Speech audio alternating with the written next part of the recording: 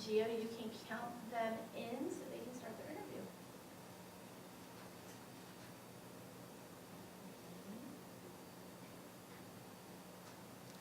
Can you tell us more about our community? I sure can. This is a great peninsula that we live in. Many, many people volunteer for improvements. We have a wonderful rec council, wonderful community organizations. There aren't many communities in the country, and yes, I said the country, that have the historical assets and have provided background for such historical events. What else would you like? What kind of history do you like learning about? I love to learn about local history. As I just said, there aren't many communities in the country that have the historical significance associated with them. I'm sure we all know, and anybody in the community knows, that this was the landing site of the British in the War of 1812 for the Battle of North Point. And the road right in front of the school, that historical road that these 3,500 British marched towards Baltimore to destroy the city, literally they wanted to destroy the city, is still right in front of this school and runs through the community the same way it looked back in 1814. Now, it wasn't paved. It was probably a dirt road back then. It had expanded from an Indian trail, but that's the significance of the area. We still have historical structures on the community that were standing and were around when the British invaded. And we have the fields, the farm fields today still look as they did 300 years ago. So we're very, very fortunate. We have beautiful parks. We have beautiful Chesapeake Bay waterfront. You can't ask for much more in a community. What happened in the Battle of North Point? Well, the Battle of North Point, the British were coming to the United States. They sailed a flotilla of approximately 100 ships up the bay, and just down towards Fort Howard, there was a house in where North Point State Park is now, called the Ridgely House. That was burned from a lightning fire many, many decades ago. Todd's Inheritance House, which was rebuilt in 1816, originally stood on the same foundation and was used as a lookout spot. So the American cavalry watched as the British came up, and then they rode and warned the troops in the city. So the British ended up landing in North Point, all along the shorelines in Old Road Bay, which are still there. They assembled and lined up in their units over on the same farm fields at Todd's Inheritance that are there today. And then they marched towards Baltimore. And I'll say 3 miles or 3.5 miles up, they encountered some American militia, and there was a small skirmish, and the British general, General Ross, was shot and killed. And it was a major, major blow to the British because he was a very experienced general, and he was the leader of this whole group who were planning on attacking Baltimore. So subsequently, the British marched further up, and now there's a battlefield. It's up at Trap Road and North Point Road in Dundalk. It's called North Point State Battlefield, and that's the exact location where the British and the Americans met for a battle. Lasted several hours. Around 40 Americans were killed, and that includes after they were wounded and died later of their injuries. The British eventually marched past the battlefield after the Americans moved back to a stronger position near Baltimore. And that was the British, that was the British military, the soldiers. Meanwhile, the Navy came up the river right by Fort Howard, went into the city, right near the Key Bridge now. We all know where the Key Bridge is. And their goal was to bomb Fort McHenry and destroy Fort McHenry. And that didn't happen. So the soldiers decided they couldn't attack the American forces at Patterson Park, and decided that they would withdraw back to their ships. And on the way back to their ships, they burned the Todd House. just in retaliation for using it to spot them coming up the bay. And they sailed off 2 days later. And Baltimore was saved. Why was our community so special? Back then, well, you have to remember this was a farm community back in 1814.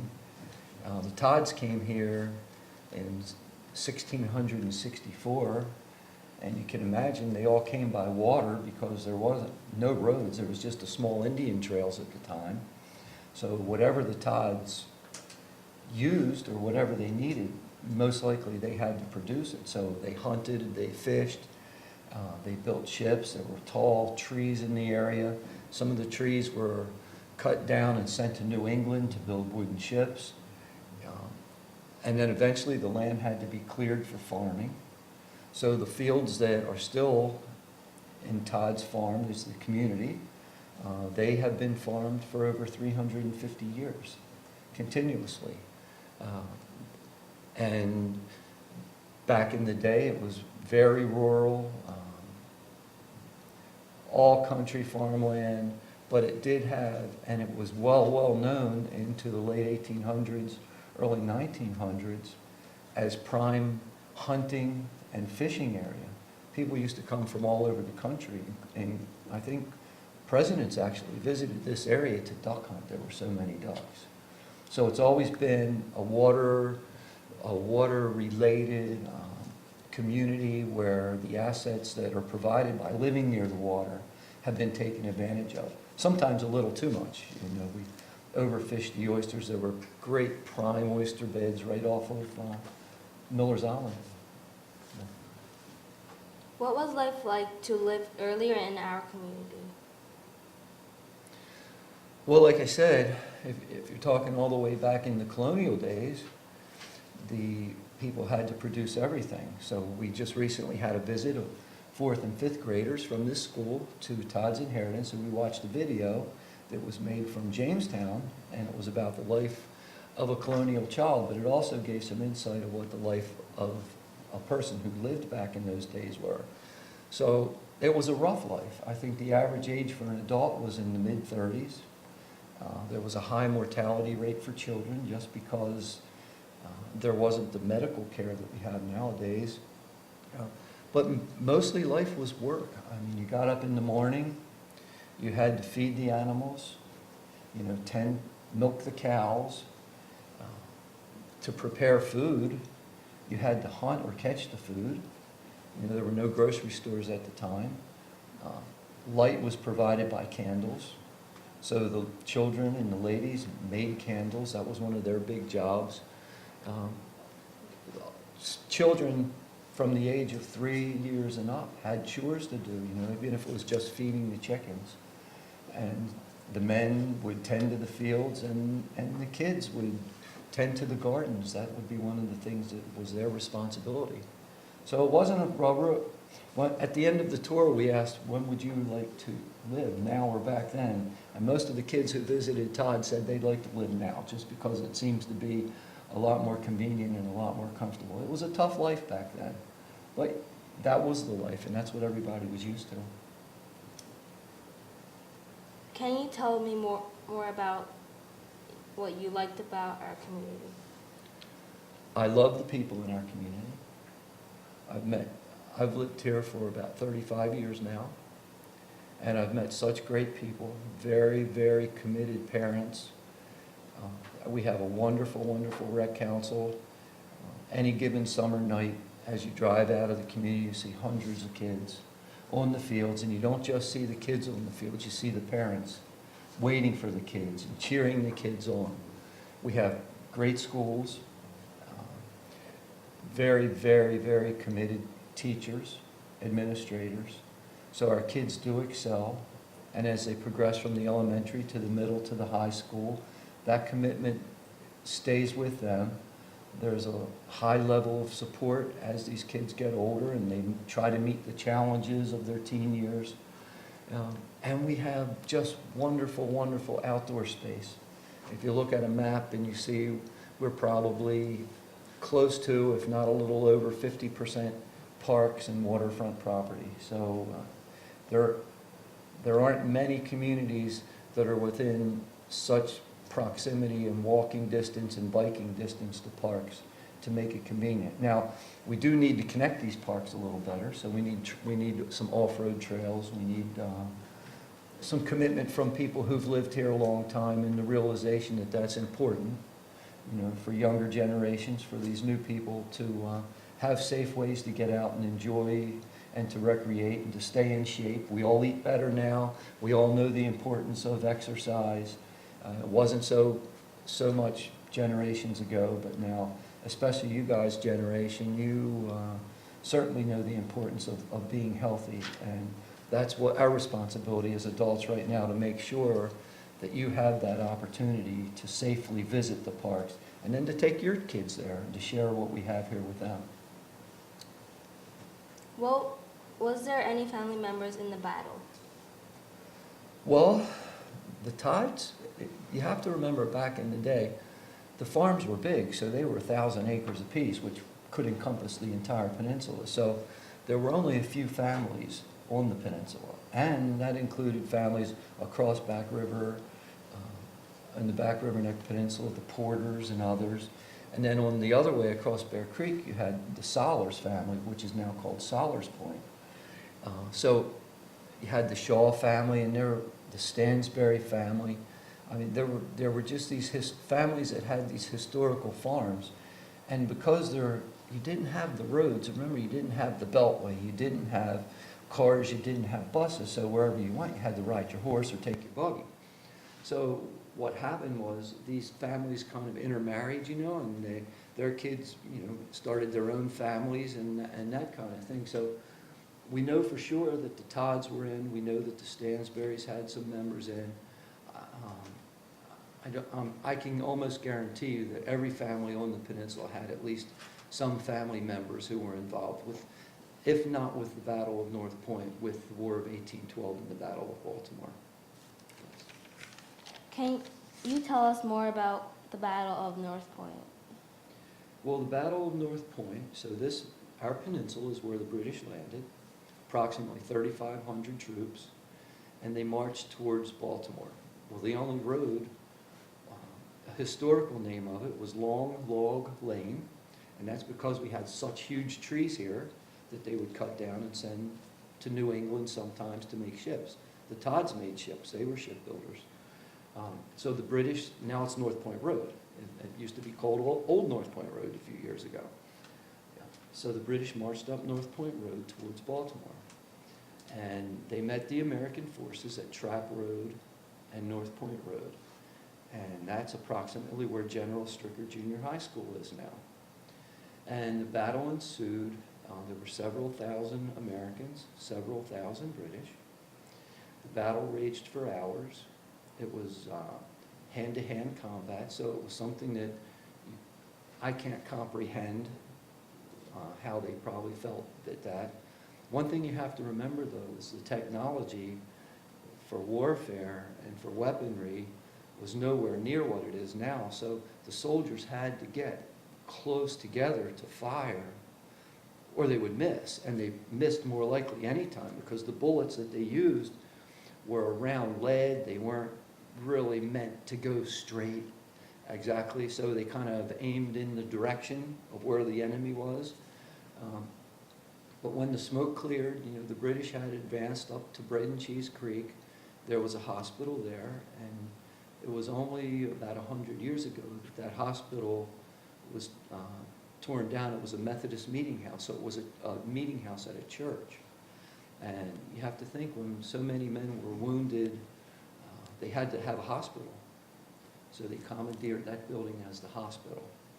And if you see some of the historical recollections from my grandparents and your great-great-grandparents or great-great-great-grandparents, you know, they remember us living in that area as children and the bullets still being in that building.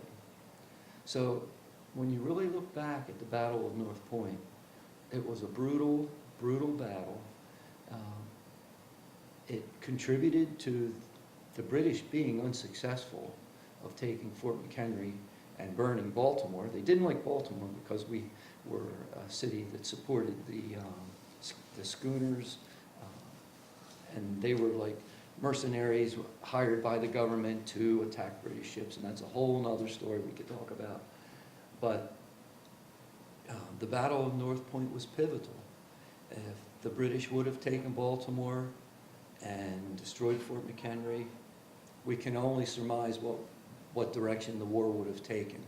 But with them leaving Baltimore, sailing out of North Point without accomplishing what they had set sail to do, it gave the Americans more confidence. And that was actually the last battle before the war ended. There was one more big battle in the War of 1812, and that was the Battle of New Orleans. But in all reality, a treaty had already been signed in Europe, which ended the war. Just communication was so slow back in the day, the word hadn't gotten back to America yet that the war was over. So they had the Battle of New Orleans, and the British lost really badly in that battle. But that was the significance of the Battle of North Point, especially with the death of General Ross. Did you like researching about the battle? I'm sorry? Did you like researching about the battle? The thing I like the most about researching the battle is you never know where it's going to take you. And it's just like any historical research or genealogy, family genealogy is real big right now. People looking back, trying to find who their ancestors are. The fun part is as you read documents, as you read personal letters, as you read historical recollections, you learn more. I mean, every time I go to a lecture or every time I see a presentation or talk to somebody who's familiar with the battle, you learn something different. Now, one thing you have to really be careful when you're doing historical research is over the years, the truth can be stretched a little bit. So you have to kind of interpret and make sure that if you're reporting something as factual, that it actually was a fact and came from a first party who was there. That's what you really need. So we have some artist renderings of the Battle of North Point. We have some historical documents from people who were at the Battle of North Point. So they're the ones you rely on the most. But that's my most favorite part about trying to do any research for history. What did you like about the community that you researched? Back in 1814, I think the thing that really stuck with me was how, even though there were only a few farms, even though there were not many people, I'm not sure what the count was, how they came together as Americans. You know, people back in that day, and even today, are very, very independent. They took care of themselves. They had the vision of moving forward as a family and as a farm and then as a community. But when they had a threat by this outside force, which the British were the strongest military in the world at the time. They had just fought a major battle against Napoleon. That seems so long ago. And they had defeated Napoleon. And then they were coming to us. And these were farmers. The Americans were just people who had a stake. You know, we had something to lose. You know, they had worked so hard to clear their land, to create their communities, to raise their families. And that's what brought them together, to preserve what their vision for this country was. And that's the message that we should have forever moving forward. You know, we all are different. We all have our opinions. But when the time comes and we have to step up, we're all Americans. We all have one goal. That's the safety of our family, the benefit of our community, and moving forward. And I think that is just one of the strong points of all Americans. And as long as we have that, our country will remain strong. And that's the thing I've gotten the most out of doing all the research on the War of 1812 and the community. I'm done. You're finished. Well, thank you. They were wonderful questions. Can you do me a favor? Can you just state your name for us so we can clip it at the front? Uh-huh. My name is Francis Taylor. Is that all? That's Okay. That didn't sound like I was a little, can I do that again? it. Sure. Yeah. My name is Fran Taylor. Yeah. Yeah, that's good.